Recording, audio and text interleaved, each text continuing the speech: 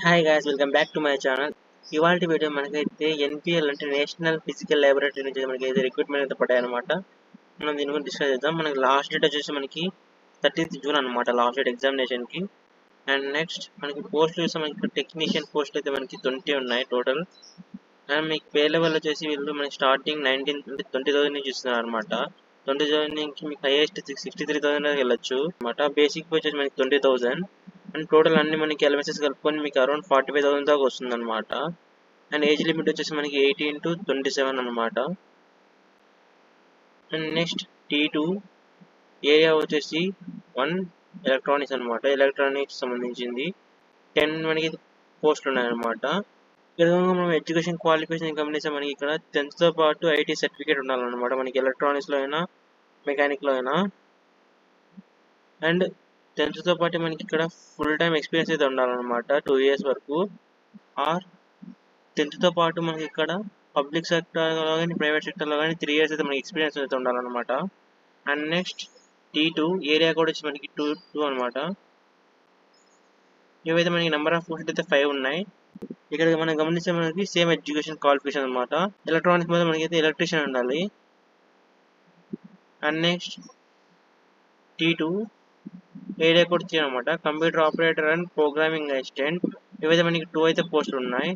Same experiences అనమాట. మనకి ఇక్కడ ఏమేమి మారుతుందంటే మనకి computer operator and programming assistant అనమాట. అంటే మీరు కంప్యూటర్ ఆపరేటింగ్ చేసి ఉండాలి.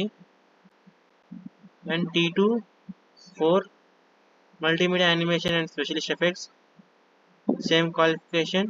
And digital photographer or photographer. T2 area 6 అనమాట. Mechanic motor vehicle. ఇవన్నీ అయితే మనకి వచ్చిన వేకెన్సీస్ అనమాట ఎన్పిఎల్ నుంచి. అండ్ నెక్స్ట్ మనం ఇక్కడ బెనిఫిట్స్ చూస్తే మనకి ఇక్కడ DA, HRA and TA all allowances మనకి అవైలబుల్ ఉన్నాయన్నమాట. అండ్ మీకు నేషనల్ పెన్షన్ సిస్టమ్ పెన్షన్ కూడా వస్తుంది అనమాట. అంటే మనకి సెంట్రల్ గవర్నమెంట్ అయితే పెన్షన్ అయితే వస్తుంది monthly. And reimbursement of medical expenses. ఒకవేళ మీకు ఏమైనా మెడికల్ ఎక్స్పెన్సెస్ అయితే ఏమైనా అయితే మీ గవర్నమెంటే భరిస్తుంది అనమాట. అండ్ అదే కండిషన్ చూస్తే మీకు ఇక్కడ the applicant must be citizen of India, అంటే మీరు ఖచ్చితంగా ఇండియన్ అయి ఉండాలి. ఇక్కడ సెలక్షన్ ప్రాసెస్ చూస్తే మనకి డైరెక్ట్ ఓన్లీ 1 ఎగ్జామ్ అయితే ఉంటుంది అనమాట. మనకి పేపర్ 1, పేపర్ 2, పేపర్ 3 ఉంటుంది. కానీ 3 అయితే మనకి ఒకటే ఎగ్జామ్ కన్వర్ట్ చేస్తారు అనమాట. మనకి ఎగ్జామ్ టైం వచ్చేసి మనకి 2 hours 30 minutes అయితే ఉంటుంది. నెంబర్ ఆఫ్ క్వశ్చన్స్ మనకి 150 క్వశ్చన్స్ అయితే వస్తాయి అనమాట. మనకి ఎగ్జామ్ స్టాండర్డ్ వచ్చేసి మనకి 10th and ITI are inter base అయితే ఉంటుంది అనమాట. ఎగ్జామ్ స్టాండర్డ్ అంతా మీడియం ఆఫ్ క్వశ్చన్స్ వచ్చి మనకి ఇంగ్లీష్ అండ్ హిందీలో ఉంటాయి. ఇది కంప్లీట్గా మనకి ఆబ్జెక్టివ్ బేస్డ్ ఎగ్జామినేషన్ అనమాట. మల్టిపుల్ చాయిస్ ఉంటాయి. 4 ఆప్షన్స్ ఉంటాయి. మీరు ఒకటి క్లిక్ చేస్తే మీకు సరిపోతుంది అనమాట. అండ్ పేపర్ 1లో చూస్తే మనకి ఇక్కడ మెంటల్ అబిలిటేషన్ అనమాట. ఇవి మనకి 50 క్వశ్చన్స్ వస్తాయి. మ్యాక్సిమం మార్క్స్ 100 అనమాట. నో నెగిటివ్ మార్కింగ్ దీంట్లో మనకి. అండ్ మెంటల్ అబిలిటీస్లో మనకి ఇక్కడ general intelligence, quantitative aptitude, reasoning, problem solving, situational judgement etcetera ఇలాంటి సంబంధించిన క్వశ్చన్స్ అయితే మనకి అడుగుతారు అనమాట. పేపర్లో మనం గమనిస్తే ఇక్కడ general awareness 25 questions, 75 marks. And negative marks వచ్చేసి మనకి 1 negative mark for every wrong answer అనమాట. And English language number of questions 25 questions, maximum marks 75 marks, 1 negative mark for every wrong answer అనమాట. 3 concerned subjects అనమాట. Number of questions 50, maximum marks 150 అనమాట. 1 negative mark for every wrong answer. And మీకు ఇక్కడ subject syllabus వచ్చేసి మనకి ఇక్కడ నోటిఫికేషన్లో ఉంటుంది. నేను మీకు లింక్ డిస్క్రిప్షన్లో ఇస్తాను, please check it out. Exam తర్వాత మీకైతే మెరిట్ లిస్ట్ అయితే ప్రిపేర్ చేస్తారనమాట. ఆ మెరిట్ లిస్ట్ ప్రకారం మీకైతే పోస్టింగ్ ఉంటుంది.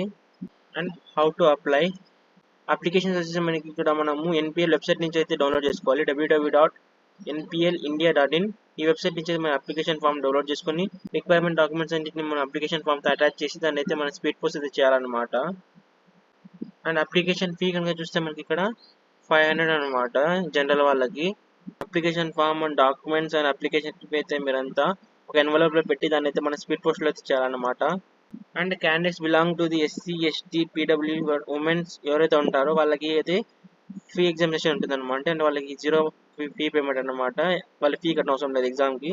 ఇక్కడ ఏమైనా మీకు గమనిస్తే అప్లికేషన్ ఫామ్ అండ్ ఈ రిక్వైర్మెంట్ డాక్యుమెంట్స్ అన్నీ అయితే మీకు నోటిఫికేషన్లు ఉన్నాయన్నమాట. మీకు నోటిఫికేషన్ లింక్ నేను డిస్క్రిప్షన్లో ఇస్తాను, ప్లీజ్ చెక్ ఇట్ అవుట్. మీరైతే ఈ నోటిఫికేషన్ని డౌన్లోడ్ చేసుకొని అప్లికేషన్ ఫామ్ అంతా జిరాక్స్ చేసుకొని రిక్వైర్మెంట్స్ అన్ని ఫిల్అప్ చేసి సిగ్నేచర్ చేసి రిక్వైర్మెంట్ డాక్యుమెంట్స్ అన్నింటిని అటాచ్ చేసి ఫీ కూడా పెట్టేసి ఎన్వలప్ అయితే సెండ్ చేసేయాలన్నమాట. Thanks for seeing until this guys. If you like the video, please like, share, comment and subscribe to the channel. Until then, see you in the next video guys. Bye.